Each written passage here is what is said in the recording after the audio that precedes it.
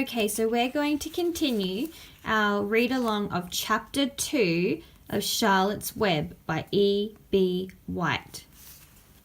So we're going to go from Chapter 2, which is page 9. Chapter 2, Wilbur. Fern loved Wilbur more than anything. She loved to stroke him, to feed him, to put him to bed. Every morning, as soon as she got up, she warmed his milk, tied his bib on, and held the bottle for him. Every afternoon, when the school bus stopped in front of her house, she jumped out and ran to the kitchen to fix another bottle for him.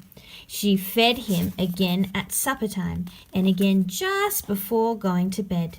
Mrs. Arable gave him a feeding around noontime each day when Fern was away in school.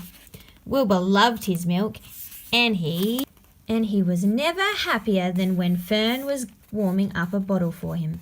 He would stand and gaze up at her with adoring eyes. For the first few days of his life, Wilbur was allowed to live in a box near the stove in the kitchen. Then, when Mrs. Arable complained, he was moved to a bigger box in the woodshed. At 2 weeks of age, he was moved outdoors. It was apple blossom time and the days were getting warmer. Mr. Arable fixed a small yard specially for Wilbur under an apple tree and gave him a large wooden box full of straw, with a doorway cut in it so he would walk in and out as he pleased. "Won't it be cold at night?" asked Fern. "No," said his father. "You watch and see what he does." Carrying a bottle of milk, Fern sat down under the apple tree inside the yard. Wilbur ran to her, and she held the bottle for him while he sucked. When he had finished the last drop, he grunted and walked sleepily into the box. Looking at the picture. So there's the box. There's Wilbur. Fern peered through the door. Wilbur was poking the straw with his snout. In a short time he had dug a tunnel in the straw. He crawled into the tunnel and disappeared from sight, completely covered with straw.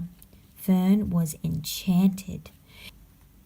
It relieved her mind to know that her baby would sleep covered up and would stay warm. Every morning after breakfast, Wilbur walked out to the road with Fern and waited with her till the bus came. She would wave goodbye to him, and he would stand and watch the bus until it vanished round a turn.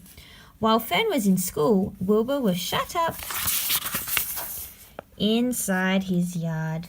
But as soon as she got home in the afternoon, she would take him out and he would follow her around the place. If she went into the house, Wilbur went too. If she went upstairs, Wilbur would wait at the bottom step until she came down again. If she took her doll for a walk in the doll carriage, Wilbur followed along. Sometimes on these journeys, Wilbur would get tired, and Fern would pick him up and put him in the carriage alongside the doll.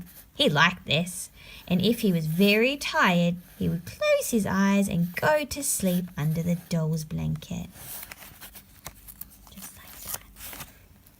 He looked cute when his eyes were closed because his lashes were so long. The doll would close her eyes too, and Fern would wheel the carriage very slowly and smoothly so as not to wake her infants. One warm afternoon, Fern and Avery put on bathing suits and went down to the brook for a swim. Wilbur tagged along at Fern's heels. When she waded into the brook, Wilbur waded in with her. He found the water quite cold, too cold for his liking.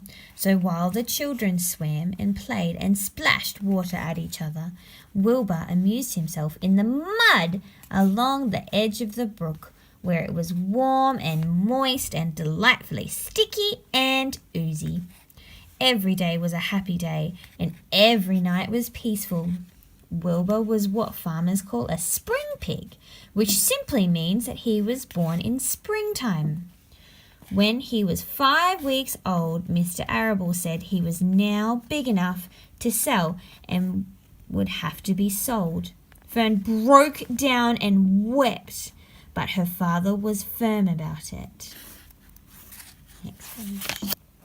Wilbur's appetite had increased. He was beginning to eat scraps of food in addition to milk. Mr. Arable was not willing to provide for him any longer. He had already sold Wilbur's 10 brothers and sisters. "He's got to go, Fern," he said. "You have had your fun raising a baby pig, but Wilbur is not a baby anymore and he has got to be sold." "Call up the Zuckermans," suggested Mrs. Arable to Fern. "Your Uncle Homer sometimes raises a pig, and if Wilbur goes there to live, you can walk down the road and visit him as often as you like." "How much money should I ask for him?" Fern wanted to know. "Well," said her father, "he's a runt. Tell your Uncle Homer you've got a pig yourself. Sell for $6 and see what he says." It was soon arranged. Fern phoned and got her Aunt Edith, and her Aunt Edith hollered for Uncle Homer, and Uncle Homer came in from the barn and talked to Fern. When he heard that price was only $6, he said he would buy the pig. Next day, Wilbur was taken from his home under the apple tree and went to live in a manure pile in the cellar of Zuckerman's barn.